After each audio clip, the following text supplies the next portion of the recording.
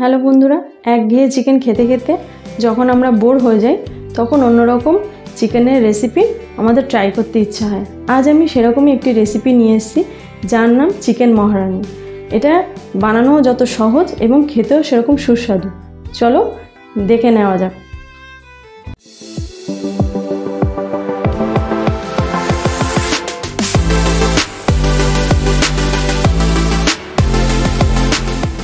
Chicken মহারানি বানানোর জন্য আমি নিয়ে নিয়েছি 700 গ্রাম চিকেন।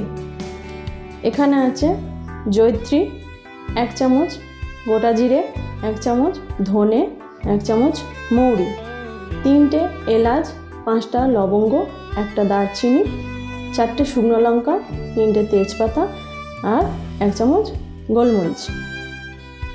200 গ্রামের মতো পেঁয়াজ নিয়ে নিয়েছি, 1.5 চামচ আদা, 1.5 চামচ রসুন, 2 চামচের মতো কসুরি মেথি আছে, 8টা আমন্ড বাদাম আছে, কাজু আছে কিছুটা। এখানে আছে 3 চামচের মতো টক দই।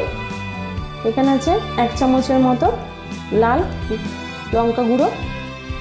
এখানে সামান্য পরিমাণ দুধ। মাংসটা ম্যারিনেট করার জন্য আমি এখানে 2 চামচ লবণ দিয়ে দিলাম, সামান্য আদা রসুনের পেস্ট এতে দিয়ে দিলাম, লঙ্কার গুঁড়ো সামান্য দিয়ে দিলাম, এখানে কসুরি মেথি সামান্য পরিমাণ দিয়ে দিলাম, টক দইটা পুরো এর মধ্যে দিয়ে দিলাম। দিয়ে এটাকে ভালো করে আমি মেখে নিলাম। তেল দিয়েছি, তেলটা গরম হয়ে গেছে। এবার আমি কুচনো পেঁয়াজটা এর মধ্যে ছেড়ে দিলাম।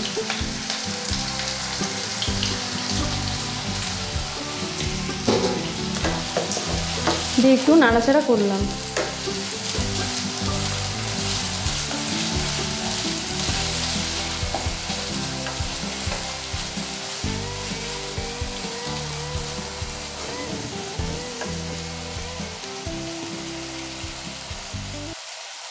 এবার আমি কিছুটা যে আদা পরিমাণ বাটা রাখা ছিল সেটা এর মধ্যে দেব, আর কাজু আমন্ড যে বাটা বেটে সামনে রেখে নিয়েছি। পেঁয়াজটা লাল হয়ে গেছে, এবার পেঁয়াজ বাটাটা এর মধ্যে ছেড়ে দিলাম। আদা রসুন পেস্টটাও এর মধ্যে ছেড়ে দিলাম।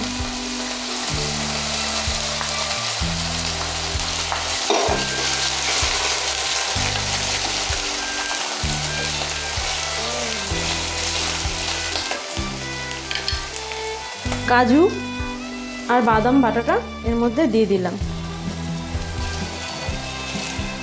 সামান্য পরিমাণ এতে দুধ আমি অ্যাড করলাম।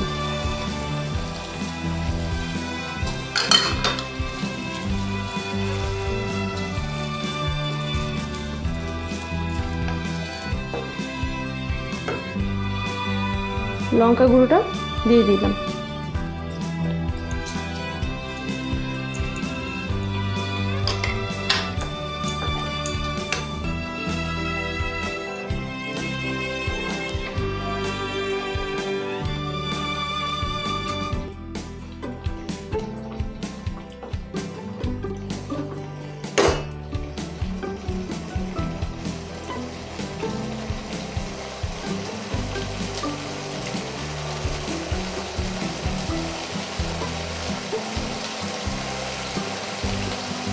মশলা থেকে তেল ছেড়ে গেছে। এবার আমি কিছুটা বেটে যে রেখেছিলাম যে মশলাটা সেটা ওর উপর দিয়ে ছড়িয়ে দিচ্ছি।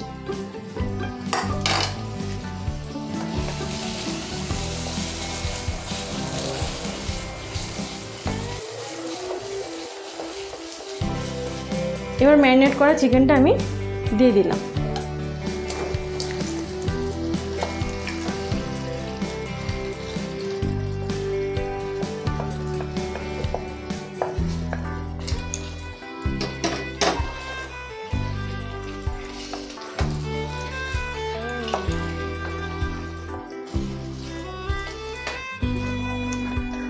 এবার ভালো করে নেড়ে নিতে হবে। এবার কিছুক্ষণের জন্য, আধা ঘন্টার জন্য একে আমি ঢেকে রেখে দিলাম।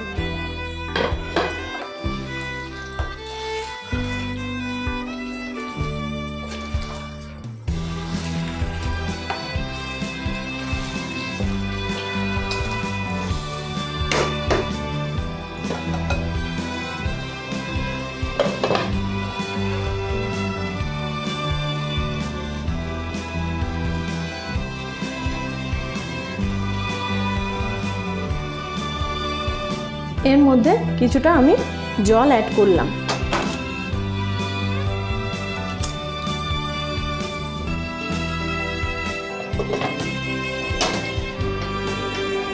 গ্রেভিটা ফুটে উঠেছে। এবার আমি ঢাকাটা তুলে যেইটুকু কসুরি মেথি আমার বাকি ছিল সেটা আমি ওর উপর দিয়ে ছড়িয়ে দিলাম। দিয়ে এটাকে ভালো করে নেড়ে চেড়ে যে টাইমটা আমি বলেছিলাম সেই টাইম অবধি আমি এটা রেখে দেব।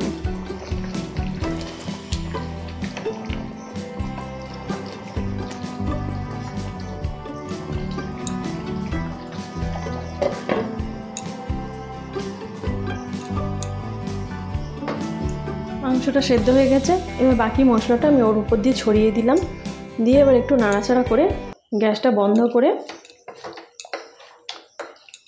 আবার ঢেকে দিলাম।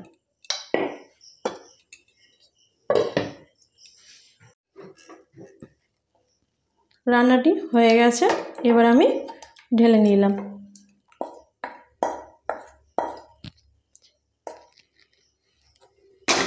আমার এই রেসিপিটা কেমন লাগলো সবাই আমাকে কমেন্ট করে জানাবে। তোমাদের উৎসাহতেই আরও নতুন নতুন রেসিপি আমি বানাবো।